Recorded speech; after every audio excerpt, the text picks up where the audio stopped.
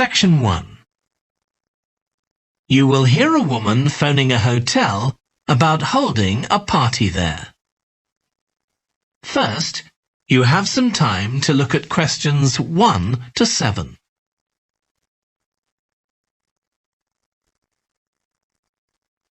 Now we shall begin. You should answer the questions as you listen, because you will not hear the recording a second time. Listen carefully and answer questions 1 to 7. Good morning, Clare House Hotel. Andrew speaking. I'm the events manager. Good morning, Andrew. My name's Samantha. I'm arranging a party for my parents' 50th wedding anniversary, and I'm ringing to ask about hiring a room sometime next September. Also, my parents and several of the guests will need accommodation. OK, I'm sure we can help you with that. Will you be having a sit-down meal or a buffet?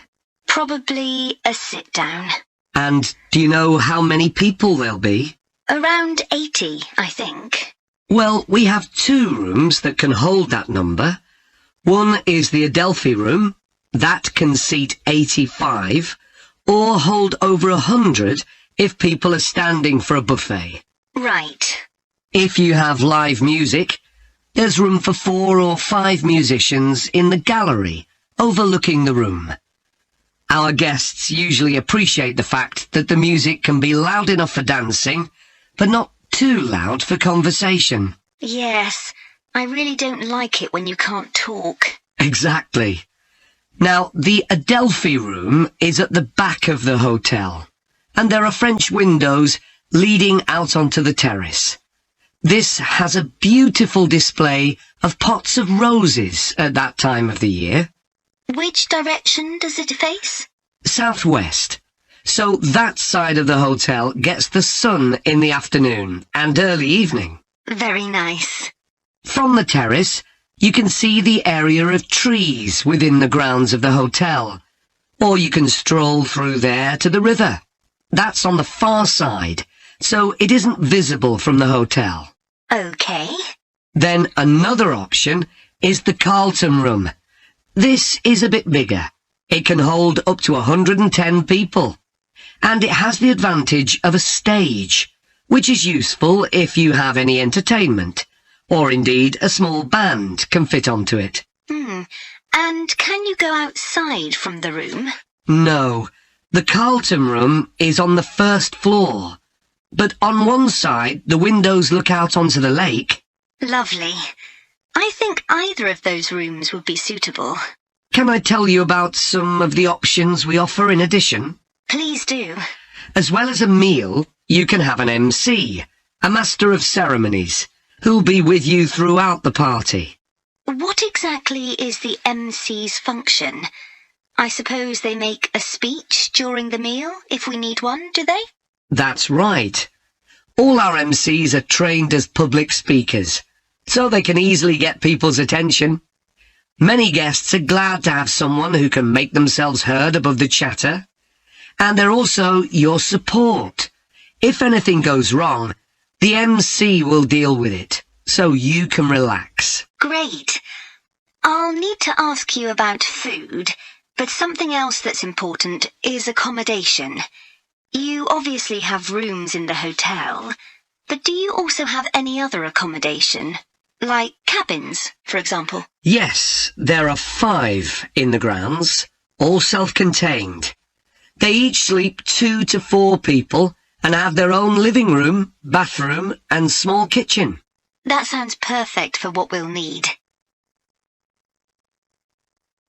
Before you hear the rest of the conversation, you have some time to look at questions 8 to 10.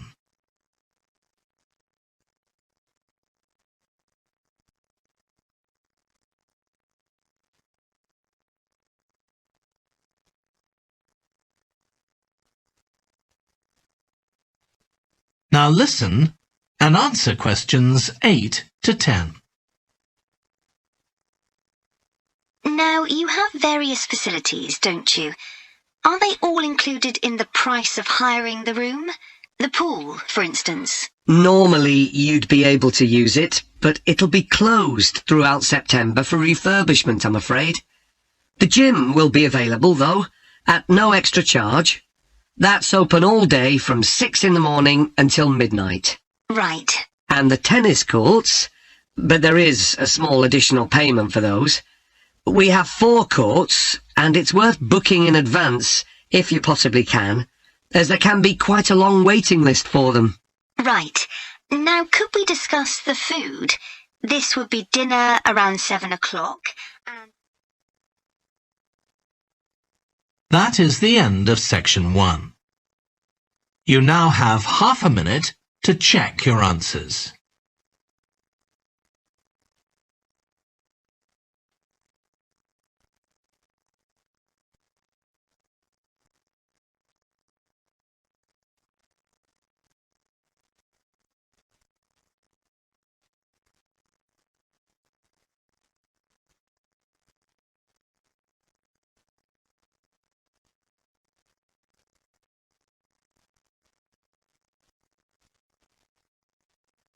Now turn to Section 2.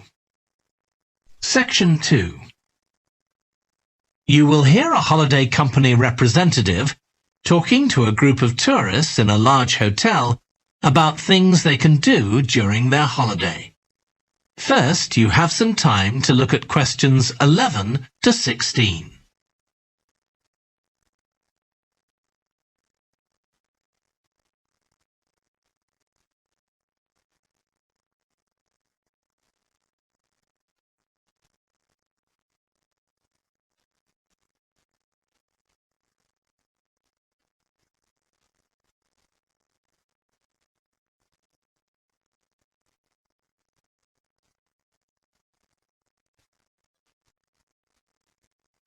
Now listen carefully and answer questions 11 to 16. Hello everyone. I'm Jake Stevens and I'm your rep here at the hotel. I'm sure you'll all have a great time here. So, let me tell you a bit about what's on offer. I'll start by telling you about some of the excursions that are available for guests. One thing you have to do while you're here is go dolphin watching. On our boat trips, we pretty well guarantee you'll see dolphins. If you don't, you can repeat the trip free of charge. We organise daily trips for just €35. Unfortunately, there aren't any places left for this afternoon's trip, but come and see me to book for later in the week. If you're energetic, I'd recommend our forest walk. It's a guided walk of about 7 kilometres. There'll be a stop halfway, and you'll be provided with a drink and sandwiches. There's some fairly steep climbs up the hills, so you need to be reasonably fit for this one, with good shoes. Oh, and bring a waterproof in case it rains. It's just €25, all-inclusive, and it's every Wednesday. Then on Thursdays, we organise a cycle trip, which will give you all the fun of biking without the effort. We'll take you and your bike up to the top of Mount Lana and leave you to bike back. It's a 700-metre drop in just 20 kilometres, so this isn't really for inexperienced cyclists, as you'll be going pretty fast. And if it's a clear day, you'll have fantastic views. On our local craft tour, you can find out about the traditional activities in the island. And the best thing about this trip is that it's completely free. You'll be taken to a factory where jewellery is made, and also a ceramics centre. If you want, you can buy some of the products, but that's entirely up to you. The trip starts after lunch on Thursday, and you'll return by 6 p.m. If you're interested in astronomy, you may already know that the island's one of the best places in the world to observe the night sky. We can offer trips to the observatory on Friday for those who are interested. They cost €90 per person, and you'll be shown the huge telescopes and have a talk from an expert who will explain all about how they work. Afterwards, we'll head down to Sunset Beach, where you can have a dip in the ocean if you want, before we head off back to the hotel. Finally, there's horse riding. This is organised by the Equestrian Centre over near Playa Cortino, and it's a great experience if you're a keen horseback rider, or even if you've never been on a horse before. They take you down to the beach, and you can canter along the sand and through the waves. It costs €35, and it's available every day. Before you hear the rest of the talk, you have some time to look at questions 17 to 20.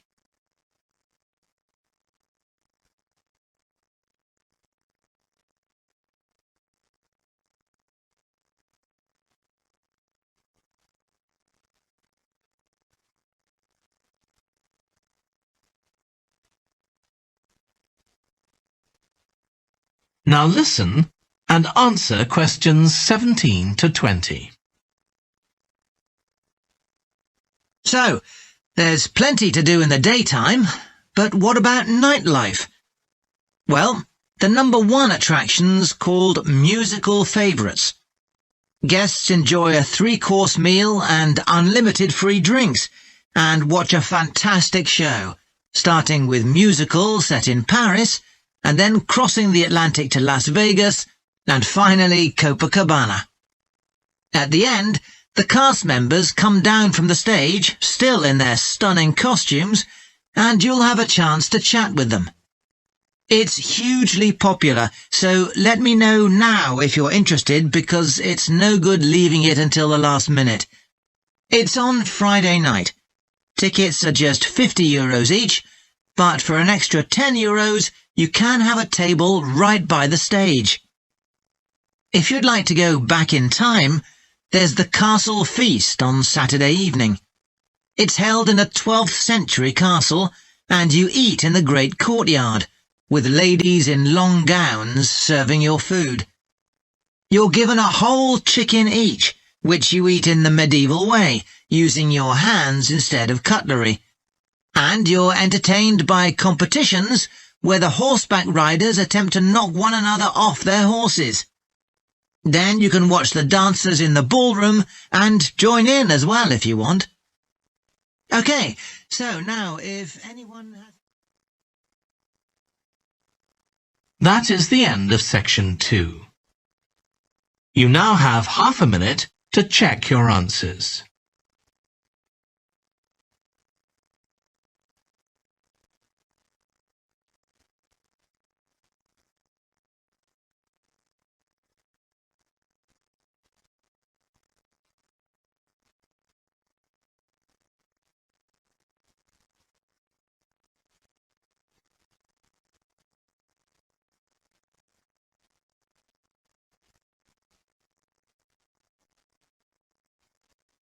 Now turn to Section 3. Section 3. You will hear Stephanie, who is thinking about taking a 1-year course in children's literature, talking to Trevor, who is currently taking the course. First, you have some time to look at questions 21 to 25.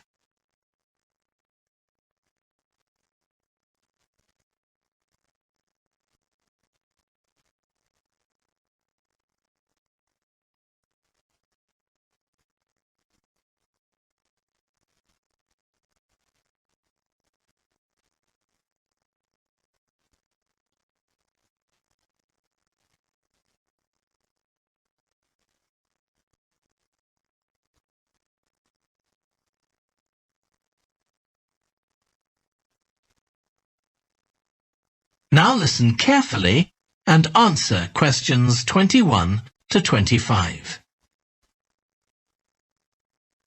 Hello, Trevor. Hello, Stephanie. You said you wanted to talk about the course I'm taking on literature for children. That's right. I'm thinking of doing it next year, but I'd like to find out more about it first. OK, well, as you probably know, it's a 1-year course. It's divided into 6 modules, and you have to take all of them. One of the most interesting ones, for me at least, was about the purpose of children's literature. You mean whether it should just entertain children or should be educational as well? Right, and whether the teaching should be factual, giving them information about the world, or ethical, teaching them values.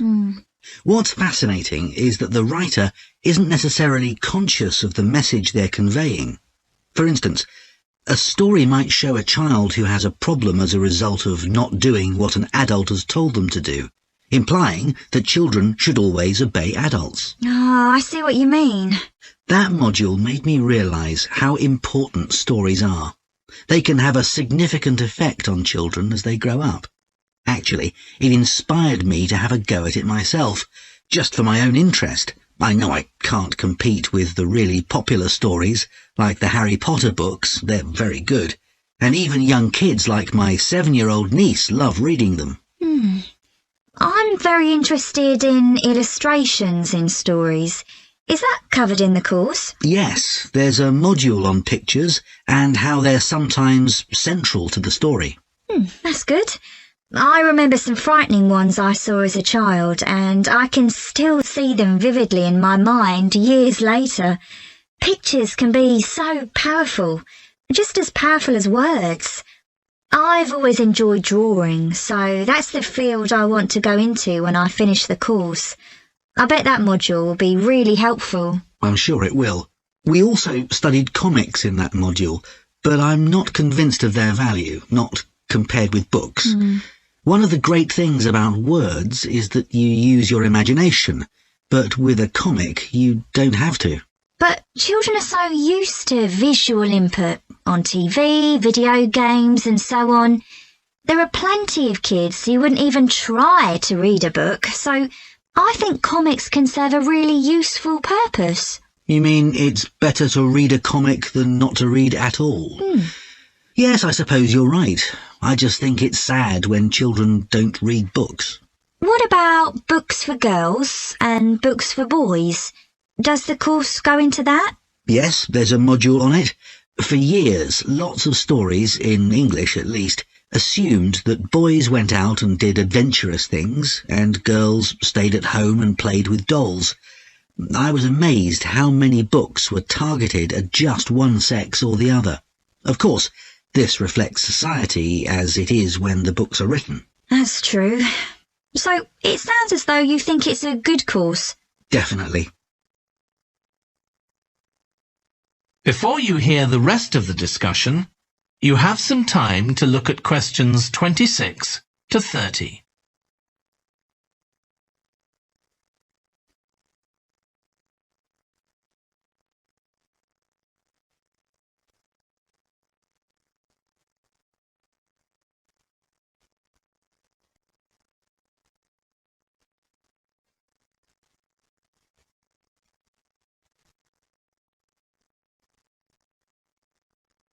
Now listen and answer questions 26 to 30.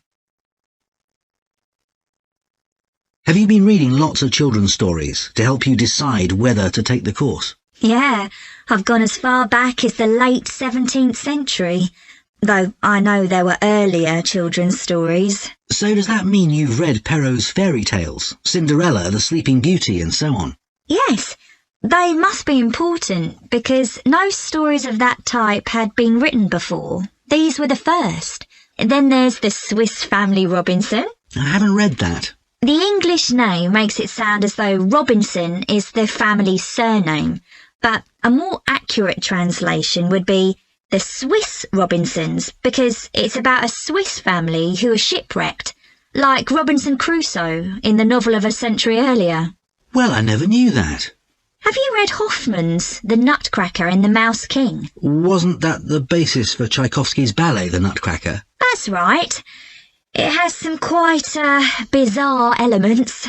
I hope you've read Oscar Wilde's The Happy Prince. It's probably my favourite children's story of all time. Oh, mine too. And it's so surprising because Wilde is best known for his plays, and most of them are very witty. But The Happy Prince is really moving. I struggled with Tolkien's The Lord of the Rings. 3 long books, and I gave up after 1. It's extremely popular, though. Yeah, but whereas something like The Happy Prince just carried me along with it, The Lord of the Rings took more effort than I was prepared to give it. I didn't find that. I love it. Another one I've read is Warhorse. Oh, yes, it's about the First World War, isn't it? Hardly what you'd expect for a children's story. Exactly, but it's been very successful. Have you read any... That is the end of section 3. You now have half a minute to check your answers.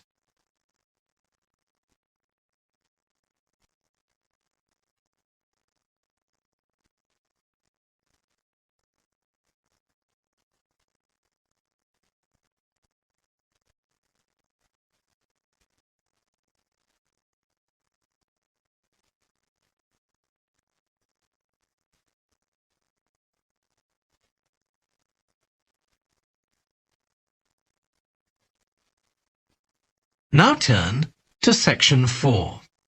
Section 4. You will hear part of a lecture about a branch of archaeology called marine archaeology. First, you have some time to look at questions 31 to 40.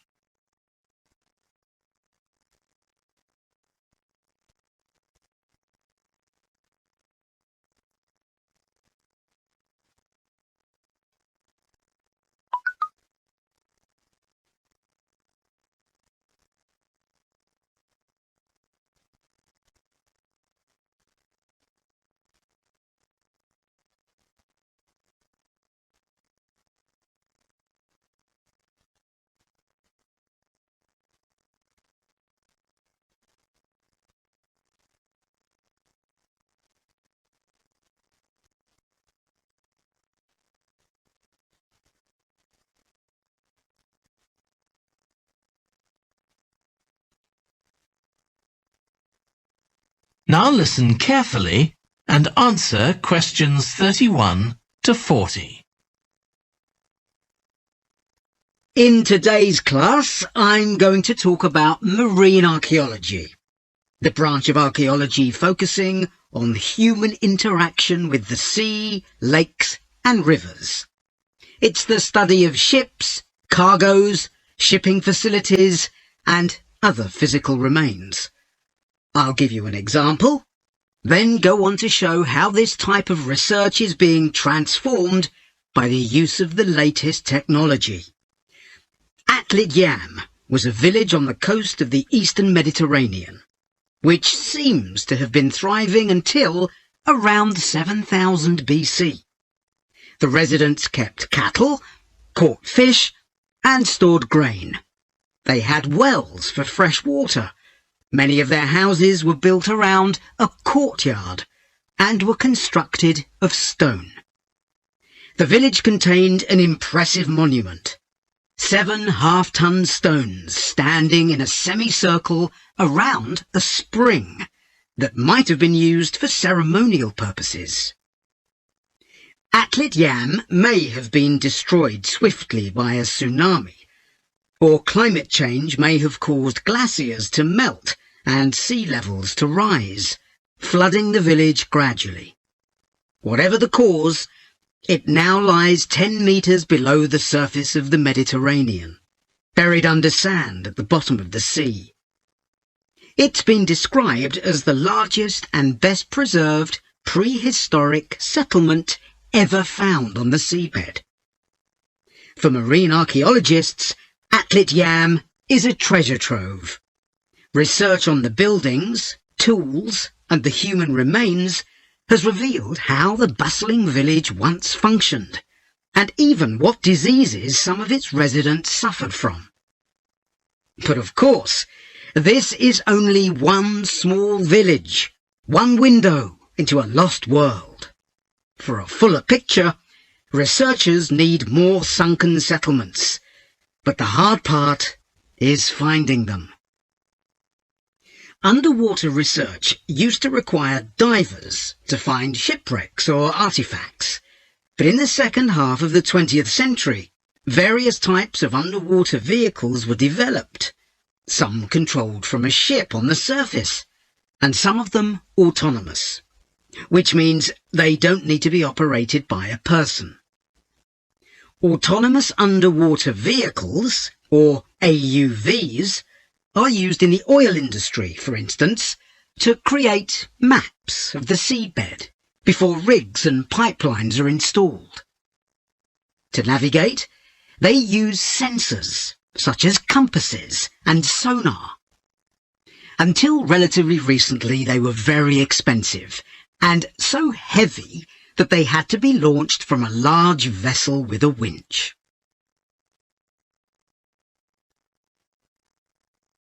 But the latest AUVs are much easier to maneuver. They can be launched from the shore or a small ship, and they're much cheaper, which makes them more accessible to research teams. They are also very sophisticated. They can communicate with each other and, for example, work out the most efficient way to survey a site or to find particular objects on the seabed. Field tests show the approach can work. For example, in a trial in 2015, 3 AUVs searched for wrecks at Marzi off the coast of Sicily. The site is the final resting place of an ancient Roman ship, which sank in the 6th century AD, while ferrying prefabricated marble elements for the construction of an early church. The AUVs mapped the area in detail, finding other ships carrying columns of the same material. Creating an internet in the sea for AUVs to communicate is no easy matter. Wi-Fi networks on land use electromagnetic waves, but in water, these will only travel a few centimeters. Instead, a more complex mix of technologies is required. For short distances, AUVs can share data using light, while acoustic waves are used to communicate over long distances. But more creative solutions are also being developed, where an AUV working on the seabed offloads data to a second AUV, which then surfaces and beams the data home to the research team using a satellite. There's also a system that enables AUVs to share information from seabed scans and other data. So, if an AUV surveying the seabed finds an intriguing object, it can share the coordinates of the object, that is, its position, with a nearby AUV that carries superior cameras, and arrange for that AUV to make a closer inspection of the object. Marine archaeologists are excited about the huge potential of these AUVs for their discipline. One site where they're going to be deployed is the Gulf of Baratti off the Italian coast. In 1974, a 2,000-year-old Roman vessel was discovered here in 18 meters of water. When it sank, it was carrying medical goods in wooden or tin receptacles. Its cargo gives us insight into the treatments available all those years ago, including tablets that are thought to have been dissolved to form a cleansing liquid for the eyes. Other Roman ships went down nearby, taking their cargoes with them. Some held huge pots made of terracotta. Some were used for transporting cargoes of olive oil, and others held wine. In many cases, it's only these containers that remain, while the wooden ships have been buried under silt on the seabed. Another project that's about to be... That is the end of section 4. You now have half a minute to check your answers.